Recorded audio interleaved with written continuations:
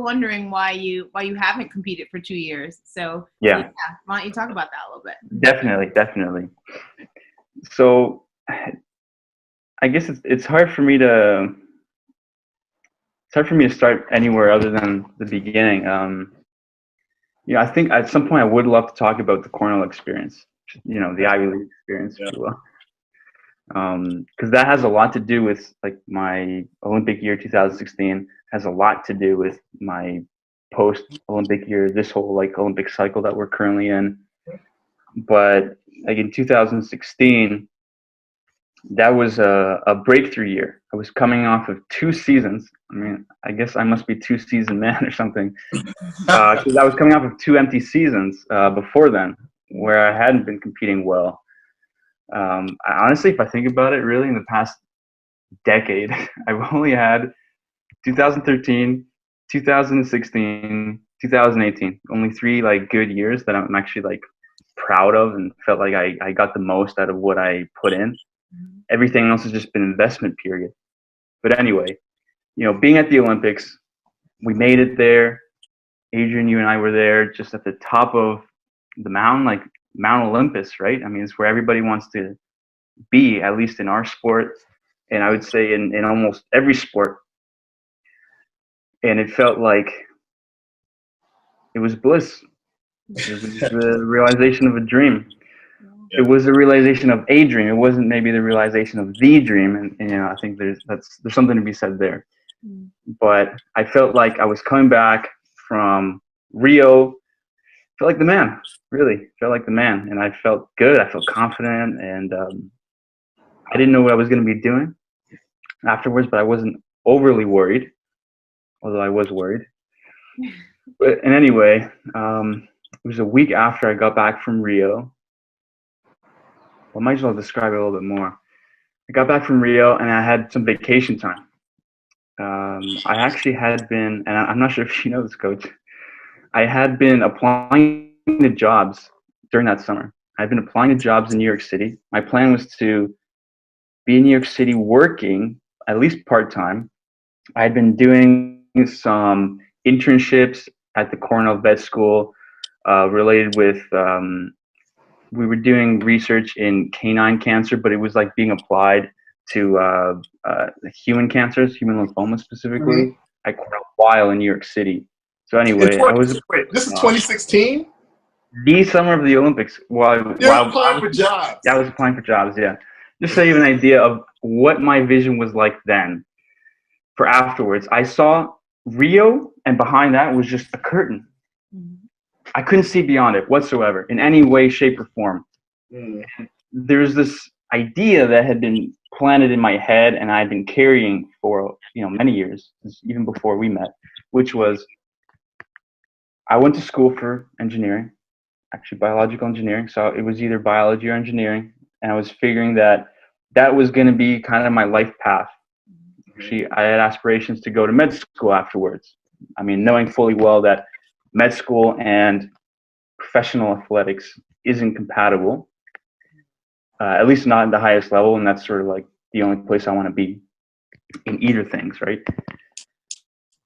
But I felt like track and field was this side path that I was taking in my life. I never felt like it was the main thing.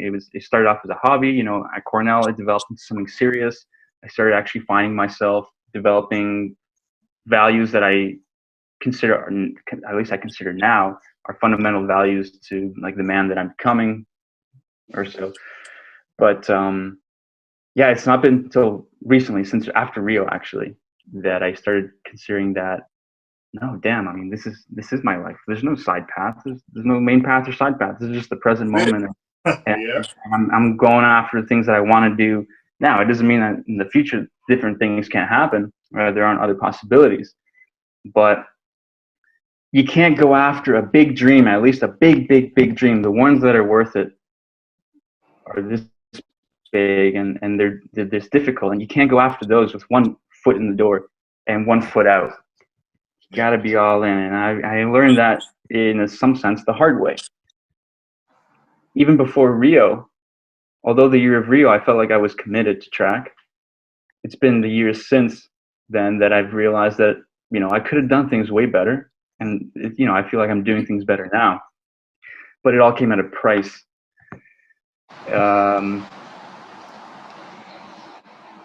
It was a week after getting back from the Rio Olympics. I was exhausted mentally and physically and in every way. And I went on vacation. I went to Portugal for a few days with some extended family. And then I came back to Madrid, and I had actually planned on heading back to Toronto, which is where I grew up, picking up the car and heading to New York City, which is where my girlfriend at the time, she was living there. Mm-hmm. And yeah, to me, I guess that was the escape that I was looking for. Just gonna go to New York City and see what happens, and I'll end up going to Ithaca and all that. I had a flight on a Tuesday, and on Sunday, my cousin and I, we decided to go out in Madrid, and you know, we went out and around on the town, and it was coming back home from that night out that my cousin fell asleep at the wheel, and we were in a car accident on the highway. And I don't remember a thing. I guess it was a pretty bad accident in a sense. You know, there was some flipping of the car. I woke up in the hospital like 6 or 7, maybe 8 hours after the fact. No memory whatsoever of what had happened. And just kind of like the full blow just to absorb in the moment. All I remember is waking up in the hospital and some nurse coming over to me and telling me, "Hey, you've been in a serious car accident." Yeah. And you know, you wake up in the ICU, and I hadn't had an experience of being a patient in the ICU, but I had seen an ICU, and I had been working in a hospital before, so I kind of pieced together what was going on even before the nurse came. And you know, I had this bandage on my head that was covering sort of one eye, and I had kind of like the covers, you know, the bed covers just coming up to my chest. I couldn't see my body. I couldn't see my legs. I couldn't move my head. I was just kind of like looking around just with my eyes. And, you know, morphine just through my body and feeling just unbelievable pain, like nowhere specific, just kind of everywhere. And there was a big bandage on one of my arms, just kind of like from the elbow to the hand. And this is what I had to look at. This is the first thing that I woke up to. Then the nurse came over, and I asked the nurse what happened to my head. I mean, I know very well that if there's something wrong with your head, then you might not be getting out of here. And so that was the first thing that I asked. And he said, "You got a big cut on your head." Actually, it's this cut. This cut in particular. It's about yay long. It's about, you know, 25 centimeters or so.